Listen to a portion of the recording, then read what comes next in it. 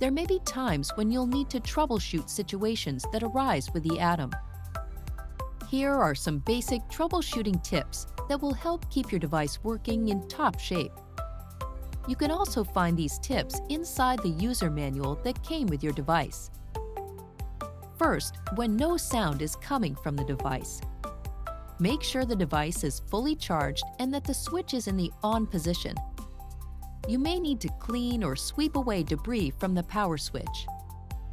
When the device is too quiet, use the small screwdriver that came with the Audien Atom to turn up the overall volume.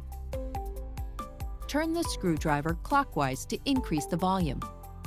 Also, make sure your device is clean of debris and fully charged. The first thing you should change if your product is whistling is the size of your earbud. You could be accidentally putting pressure or obstructing the microphone when fitting the device. The device must be stable in order to receive a clear and crisp sound. If this does not work, you may need to turn down the volume. Turn the screwdriver counterclockwise to decrease the volume.